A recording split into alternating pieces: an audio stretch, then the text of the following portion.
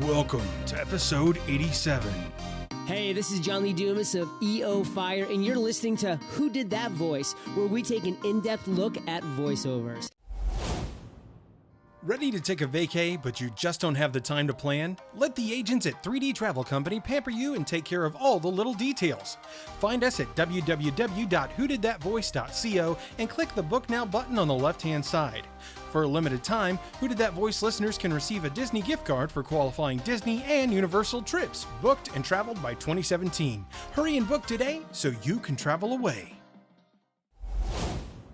Welcome to Who Did That Voice, the show where we take an in-depth look at voiceover. And now, here's your host, Trenton Larkin. Hey everyone, just wanted to let you know we have launched a Patreon page. You can find us at www.patreon.com/whodidthatvoice. What is Patreon, you say? Well, it's a lot like a Kickstarter or Indiegogo campaign that allows you to help support us on a monthly basis. For as little as $1 a month, you can help support the show and earn amazing perks. Help us out today and join the Who Did That Voice family in a new way. Hello everyone and welcome back to the show. Today's special guest voiced Meeko the Racoon from Pocahontas 1 and 2. Here's a clip from that character. Come on, Meeko!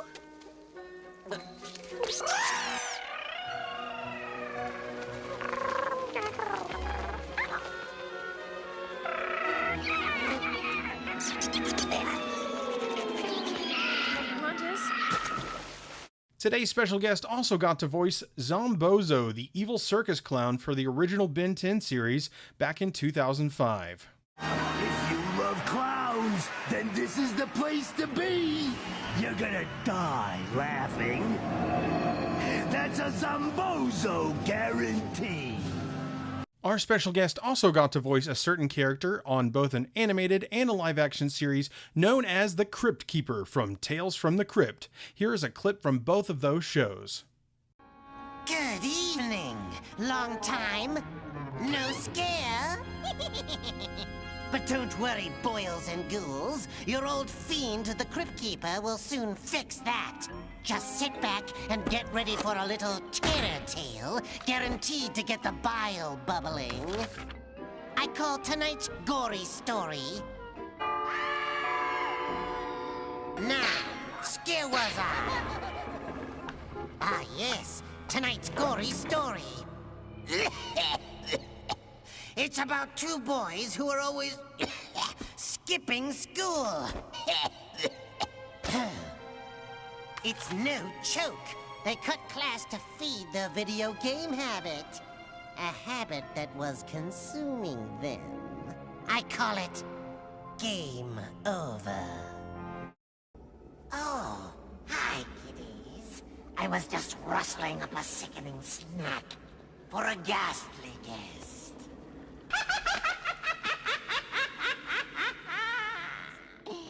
Tonight's tale from my collection of terror tomes is about a couple of real sharpies who'll do anything for a stab at the jackpot. So, ante up, fellas. The game's about to begin. Hey everyone, I'm so glad you joined us today for our 87th episode and our second annual Halloween special. I hope you guys all have a fun, happy, and safe Halloween 2017. Now sit back, relax, and enjoy the show. Hello everyone, and welcome to another episode of Who Did That Voice. Today on the show I have John Kassir joining me. John, thank you so very much for giving me some of your time to be on our show. Not a problem, man. Not a problem. Looking forward to it. Absolutely. Well, John, I have been looking forward to this for a very long time. I'm so glad we were able to finally connect. You know, the very first thing I like to do when I have a special guest on the show, especially for the first time, is to get to know a little bit about them. So tell us, John, who was Little John that grew up into the man he is today, and how did you become an actor, and more specifically, a voice actor, John? You know, it's It's well, let's see if I can make long story short. I was liked performing as a kid. I found that it was a good way for me to communicate. Obviously, you get a certain amount of God-given talent. Lucky for me because I wasn't a very good student. I was dyslexic as a kid, and they didn't really know what that was back in the day. Yeah, I understand. So, a lot of time was spent saying that I was lazy and disruptive. Of course I was disruptive. I was trying to participate in any way that I could. That was, a little more fun than trying to read stuff off the board that I couldn't read. But there were a few teachers along the way that noticed that I had some skills in this kind of thing and gave me opportunities to, orally present stuff in class, whether it was poetry in front of the class or whatever, as early as third, fourth grade. And it was at that point that I just thought, I enjoyed it so much. I started doing a little more like little plays and that kind of thing. By the time I got in high school, I was full on into doing all the high school productions, including musicals. And my friend Fred Smythe and I were the guys that did the morning announcement. So we used to do, the following morning announcement brought to you by a grant from the Mobile Corporation, and that kind of thing. Yeah. And so, then all the special interest groups in our school, would be like, hey, we have a gymnastics tournament. We'll give you tickets if you plug our event and that kind of thing. So, Yeah. that was kind of like my first, I guess, voiceover work, but I never really thought of that as a career per se, just because didn't really know that there was that much of a career. Loved cartoon voices, used to imitate everything on the TV, and that kind of thing. So from high school, of course, I decided to pursue acting in college and got my degree in theater at Towson University, which was, a really good theater department, still is, in only about 2.5 miles from my parents' house. So it was kind of a neat opportunity. I had other opportunities in other schools, but I just thought this was, for the time and the money and the close to home and the whole deal, this just turned out to be a great situation for me. Moved to New York right out of college to do my first off-Broadway show. I was offered an off-Broadway show through the head of the theater department where I went to school, Paul Berman. We just lost him last year. He was a great guy who came from the group theater back in the day with all the greats, and the card-carrying communists, and at least that's what they called them back then. Interesting, background in theater of the absurd, Eugene Ionesco and that kind of thing. And, I think I got my first off-Broadway show. I think I got paid $175 a week, which even in the 1980s was pretty low. Had to, rent an apartment with 4 other people, and then eventually moved in with a buddy of mine from college, and we rented a crappy little apartment in Spanish Harlem. Wow.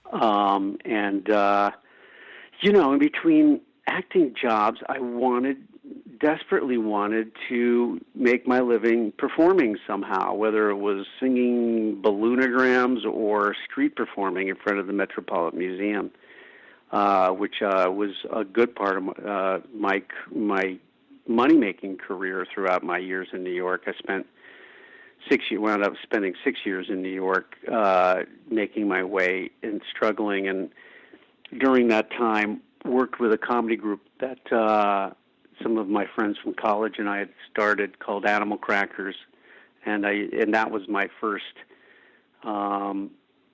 start doing sketch comedy and improv and broad characters, funny different characters, and that kind of thing. Is obviously was a good way to use my talents.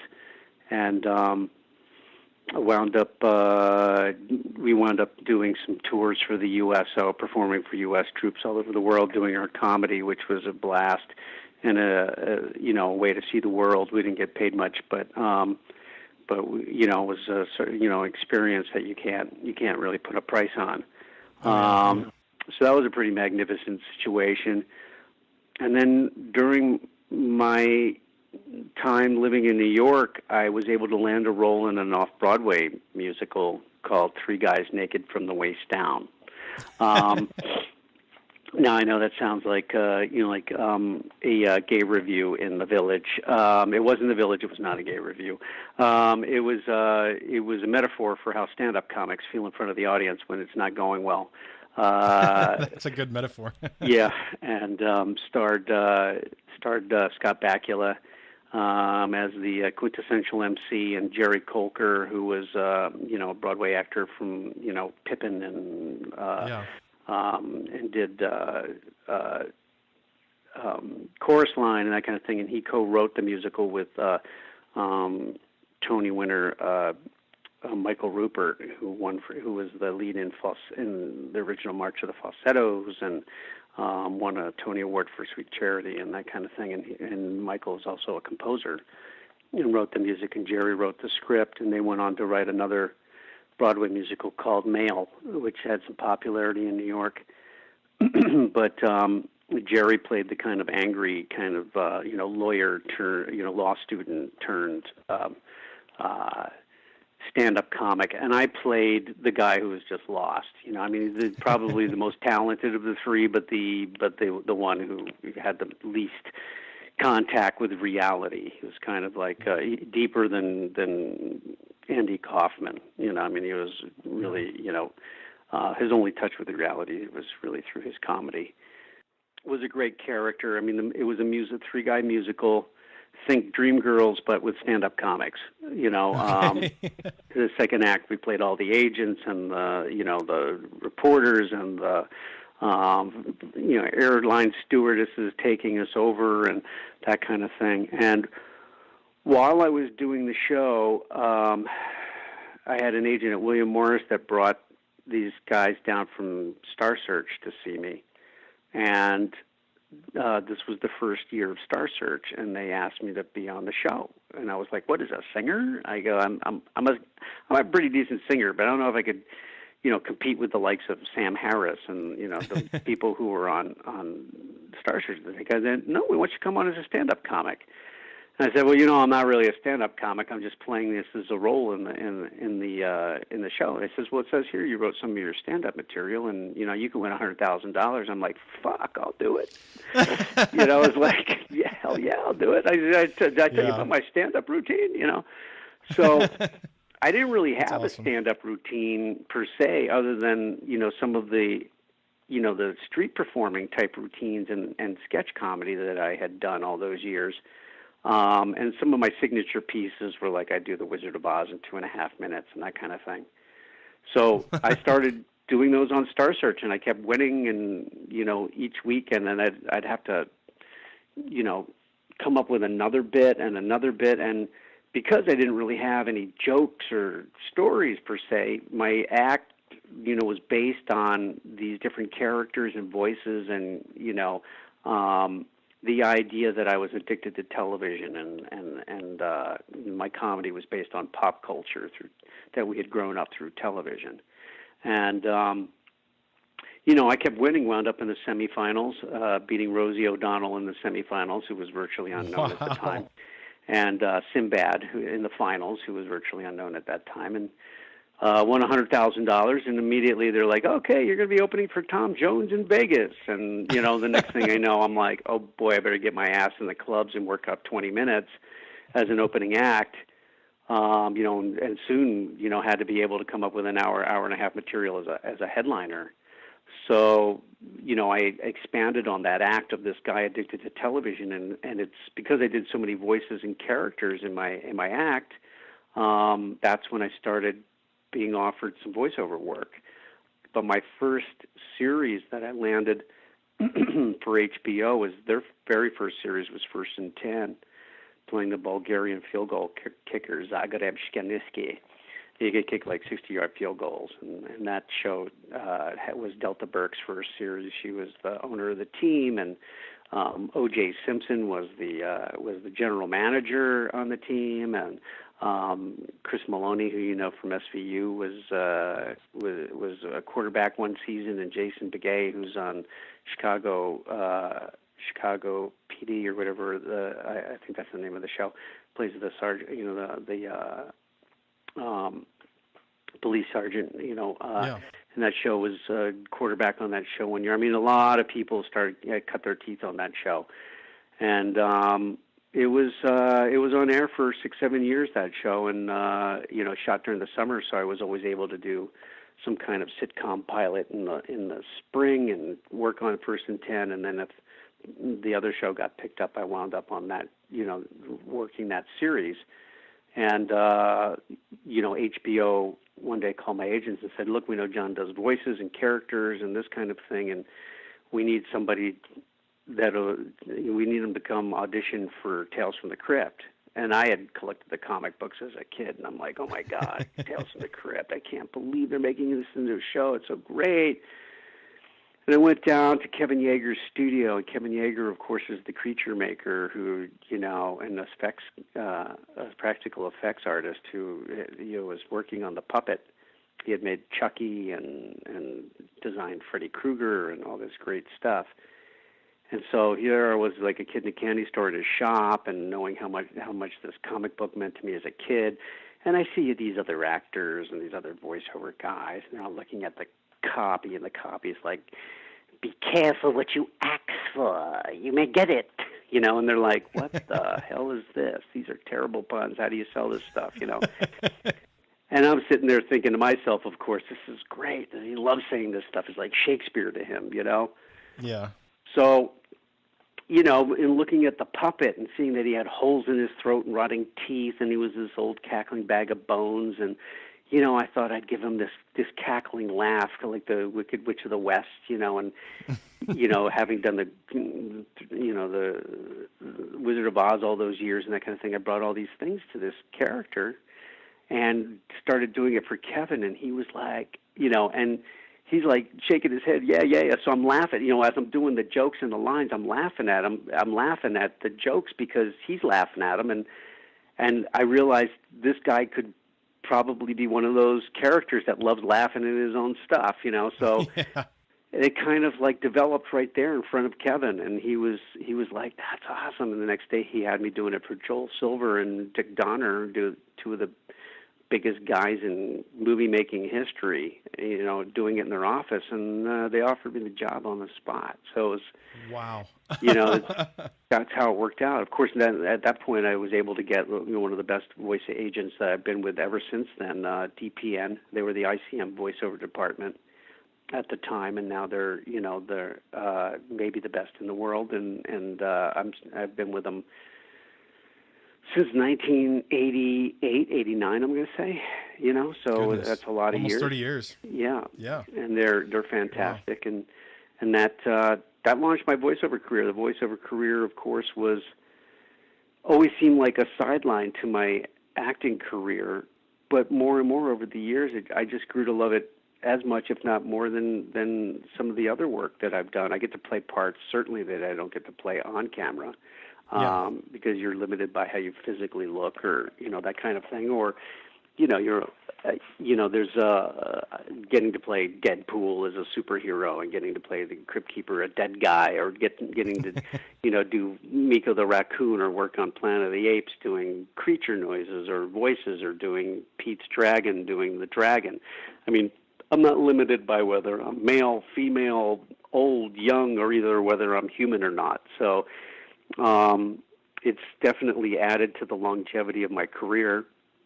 As I've gotten older, I have certainly still get on-camera work, but it's as you get older, there's just less parts written for you. And, of course, the other actors who are still around are good, too, because that's why they're still around. So it's competitive for the few parts, and because of that, they don't have to pay you as much because it's competitive. It's like, here, I got a couple other actors we could use for this part, so here's how much we're going to pay you, take it or leave it.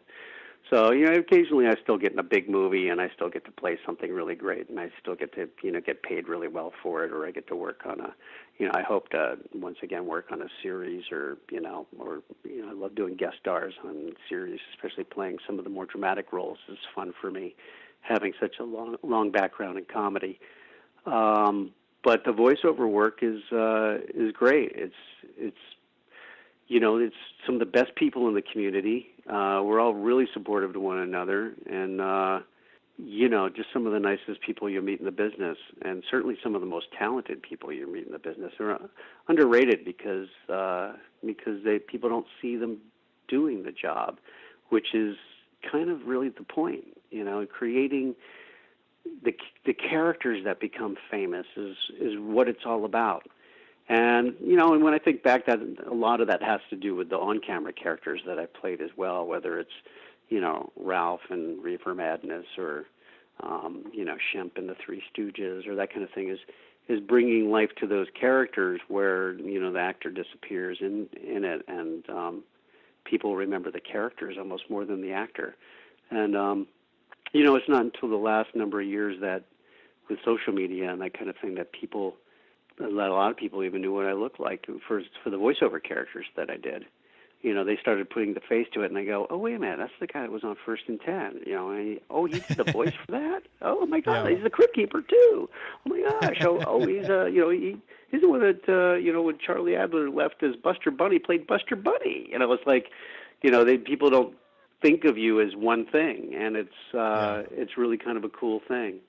I'm really feel privileged to be part of that fraternity of great voice actors, Absolutely. Well, John, one of the things I was curious about was, I don't remember when Tales from the Crypt came out, but the animated series, the Tales from the Crypt Keeper, came out roughly about the same time, didn't it? I'm going to say it's probably like maybe 4 years into the show. Okay, because I know 93 to 2000 was when the animated series ran, so I wasn't sure when the live action had come out. Live action started, we came on the air in 1989 and ran through 96, so halfway through. Okay, so, great. So halfway through, it started with the animated series. And I had been pushing for them to do a live action show for kids, with the Crypt Keeper hosting. And they were should revamp it. I know, it's all about rights. It's all about rights, and we're hoping they come back to us. So we'll see. Yeah. But, they were like, no, too scary for kids. Of course, they came out with Goosebumps like a year later, and they were like, ooh, maybe you were right, Yeah, it was a prime time to strike. But, speaking of Tales from the Crypt, two of the movies I absolutely loved were the 1995 Demon Knight and the 1996... hold on. Yeah, the Bordello of Blood, which was the funeral parlor moonlighting as a vampire bordello. And those both had great cast members. I mean, in Demon Knight, we had you, of course, and then Billy Zane and Jada Pinkett Smith. And then we had, in Bordello of Blood, we had John Kassir, which is you, and then Dennis Miller and Corey Feldman as well. So a lot of amazing actors that you got to work with in those different films. And those are just two of the films, but they are my favorite. But I love the TV show as well, because you had people like Ian McGregor in them. And I mean, the list just goes on. I mean, like, you have a lot of actors that I think kind of cut their teeth on your show, Tales from the Crypt, before they really made it big in their industry. So. Oh, yeah, especially in London. I mean, first of all, with Joel Silver... I mean, the executive producers of Tales from the Crypt were maybe some of the, if not the biggest guys in the business, some of the biggest guys in the business at that time. And some of them still are. I mean, you're talking about Joel Silver, who did all the Lethal Weapon movies and Superman and Matrix and all this. And then, of course, Richard Donner, who directed Superman and the Lethal Weapon movies and all these great films. And Robert Zemeckis was an executive producer on the show, and this was a playground for him to try out some of his effects and that kind of thing. And we know Bob Zemeckis from Forrest Gump and Back to the Future and all the wonderful movies that he's made. Walter Hill, 48 Hours, Dreamscape, all that. And David Giler, who was producer on Alien, the original Alien, and so these were the guys that were the executive producers on the show. So they could pretty much get anybody involved if they wanted. I mean, they were spending a lot of money on this show. They really weren't making money on the show when it was originally on HBO. I still don't think they ever really made any money on it, but they had its ancillary rights, and they pimped out the Crypt Keeper for Bud Light or whatever, and that kind of thing. But ultimately, it was an expensive show to do, and they did it for the love of it, and they did it to make it as good as they could. Yeah. And that was early on in the HBO's career too, so they didn't have huge budgets to spend. They didn't have the amount of money that they spent on, Game of Thrones and that kind of thing. So, Yeah. the production costs fell on the producers. You hope it goes into syndication and they spend a lot of, the people, but, horror didn't really fetch large licensing fees over the years. It would now, but it's already, been on Sci-Fi and, Chiller Channel and, places where they didn't pay a lot of money because they didn't have a lot of money to play it. So, ultimately, if it came back on the air, it would be an expensive show to do, but, hopefully because of its popularity, again, you would be able to get great stars on the show and great directors and great visual artists and, the people that worked on that show were just the best in the business. The last season was a kind of the seventh season that we shot in London was kind of a surprise. It was supposed to end after the sixth season. In fact, the last episode was Oils Well That Ends Well, which was I starred in, which was kind of putting me in it, kind of like the way that they would put Alfred Hitchcock in his movies, which was a fun thing to shoot. But then, to our surprise, it was becoming popular in England, and they were like, "Hey, we want to produce a season here. We'll add to the budget and play it here." And that's when a bunch of the British actors that we all know as huge movie stars now were first coming on the scene in London. Whether it was Daniel Craig or Emma Samms or Ewan McGregor or these different people, they were just starting to show up. So that was their first exposure to American television and film. Which is super epic. Yeah, pretty incredible. William Sattler, of course, was involved in not only the first episode aired, but he was also involved in Demon Knight. And that's Demon Knight's still, I think, one of my top favorite horror movies ever. It's just Ernest Dickerson did an amazing job with that movie. It was fantastic. Well, speaking of something more recently that you've been a part of, I believe you were a part of War for the Planet of the Apes. Is that correct? That's correct. I was honored to be brought on to join a group of really talented guys that you've probably never heard of, most of them.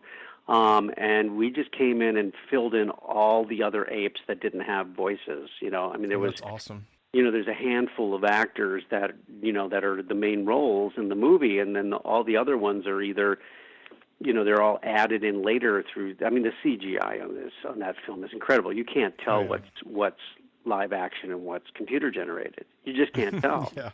It's unbelievable. Yeah. The first one blew me away, but each one has gotten better and better. Now you really, you look at the orangutan's face or you look at Caesar's face and you look at it and you go, wow, I cannot tell that that's computer generated. Not even on a huge screen in 3D or 4D or whatever they're calling it these days. You cannot tell. And so we had the luxury of going in and, some of the stuff was finished. Some of it's you're looking at an actor with spots on his face, which I've done motion capture before. It's a really involved process and, difficult to act in. And these guys did an amazing job. But adding, ape voices to the movie, it wasn't, as much of a lead role as what I get to do in some other movies, but it took every bit of my skill and every bit of it's a lot of sessions of hard vocal work to get it done.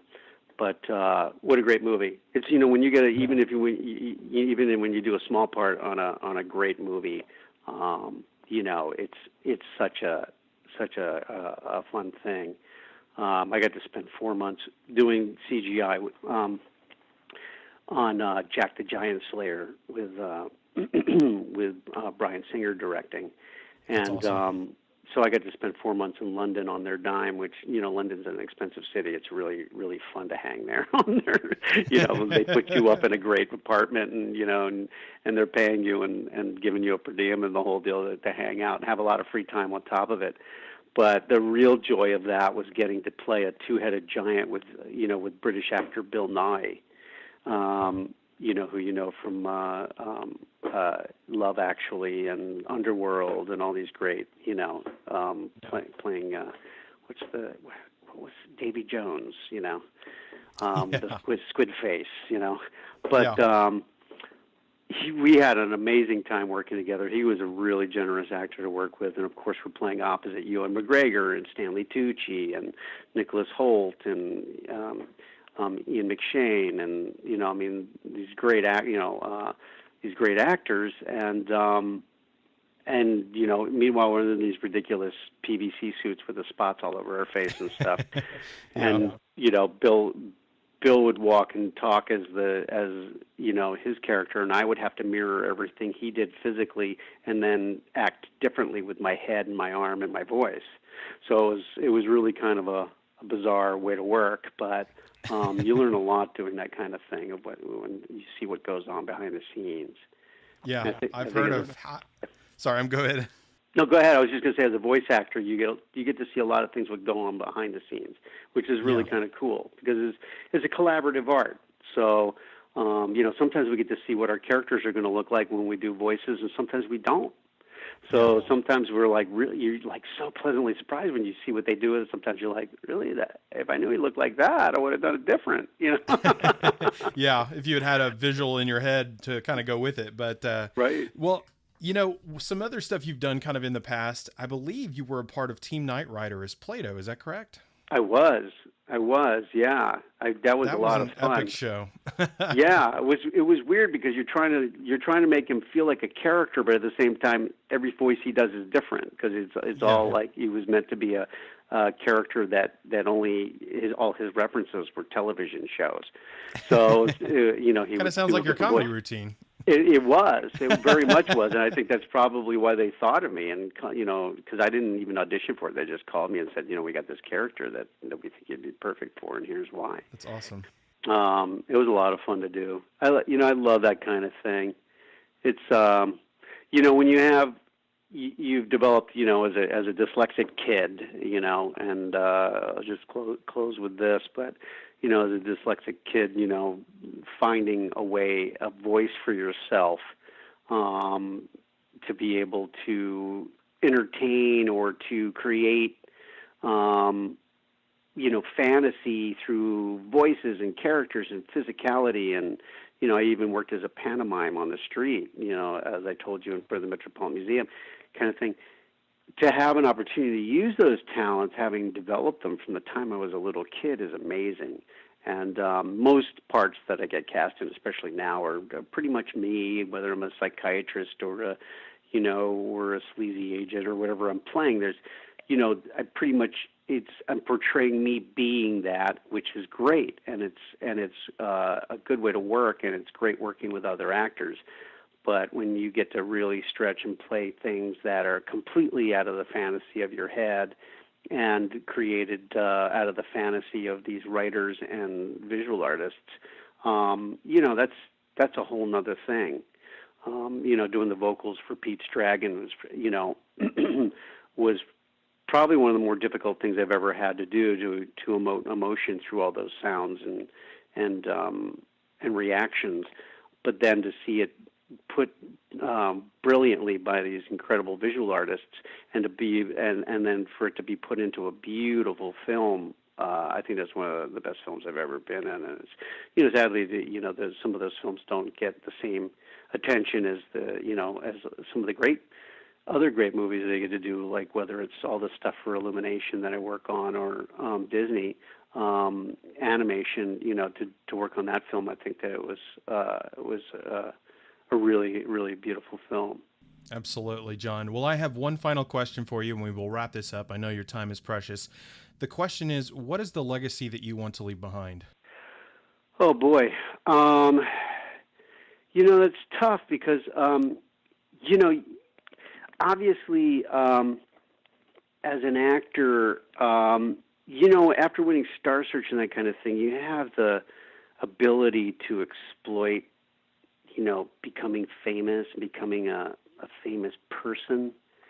And, I thought that I had always wanted that. I liked the attention as a kid. It was validation for what you do and that kind of thing. But ultimately, I just kind of found along the way that the more power I gave for people to give me that kind of attention, it gave them also the power to take it all away. And it really wasn't. It wasn't what I found what gave me the joy out of what I was doing. What gave me the joy was working. Obviously, the more famous you are, the more opportunity you have to work. And I certainly know the need for that and doing the social media and that kind of stuff. But ultimately, I just want people to remember the characters and be associated with great, performance art, whether it's great movies, great theater, great television, just great characters. In terms of my work, that's what I would want my legacy to be. In terms of my life, the relationships and the friendships that I've built over the years, whether they're in the business or not, reflect of more who I am than anything else. And I'm grateful to have a lovely wife and live in a nice house and have my dogs and grow up with a large family and loving parents who are still alive. My dad just turned 93.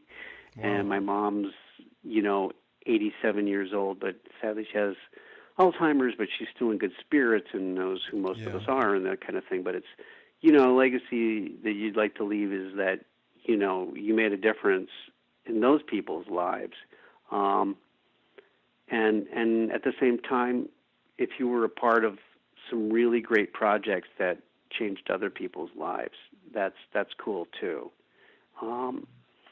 So those are the things that you like to leave behind. Absolutely, John. I think it's a wonderful legacy that you want to leave behind, and I think you are. You've created such an amazing past with all the wonderful characters, including Meeko from Pocahontas. You briefly mentioned that, and Deadpool from video games. And I mean, you've just done so many crazy cool things like Zombozo, the clown, who was the ringleader from Ben 10. And I believe you were even the Ice King from Adventure Time. The original Ice King, which in the short film that launched the series, and originally they had thought to have me as the Ice King through the series, but I think they probably realized they were marketing it to younger kids or something. I think they got the idea that my version of him might be a little too scary. I probably could have toned him down for him, but they didn't really give me a chance. But that's okay. There's always work to go around. You go and you do stuff, you don't know what's going to happen to it. Absolutely. It's like it wasn't until social media I realized how popular, Ray Rocket was. Yeah. I had no idea, here he was, this great, dad, a surfer dad, dude dad, and there were kids that related to him as a single parent and just think he's the coolest guy ever. And I'm just Absolutely. like, this is so cool to find this out, Well, John, it has been an absolute honor and pleasure having you on the show today. Would you give us a special closeout as we are celebrating Halloween 2017? Sure. All right, kiddies. Hope you're enjoying my favorite horror day. Happy Halloween.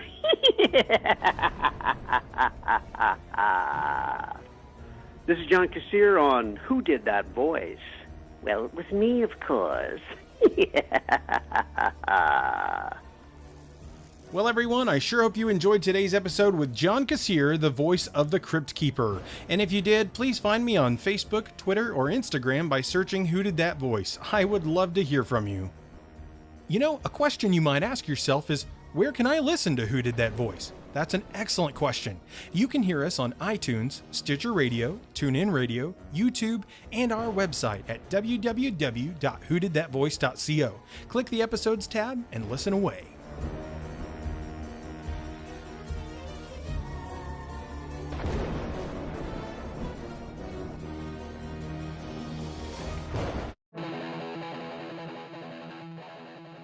Well, everyone, that's all the time we have for this episode. Join us this Friday for our next special guest, Andy Field, the voice of Hand Unit from Five Nights at Freddy's sister location. You won't want to miss this episode.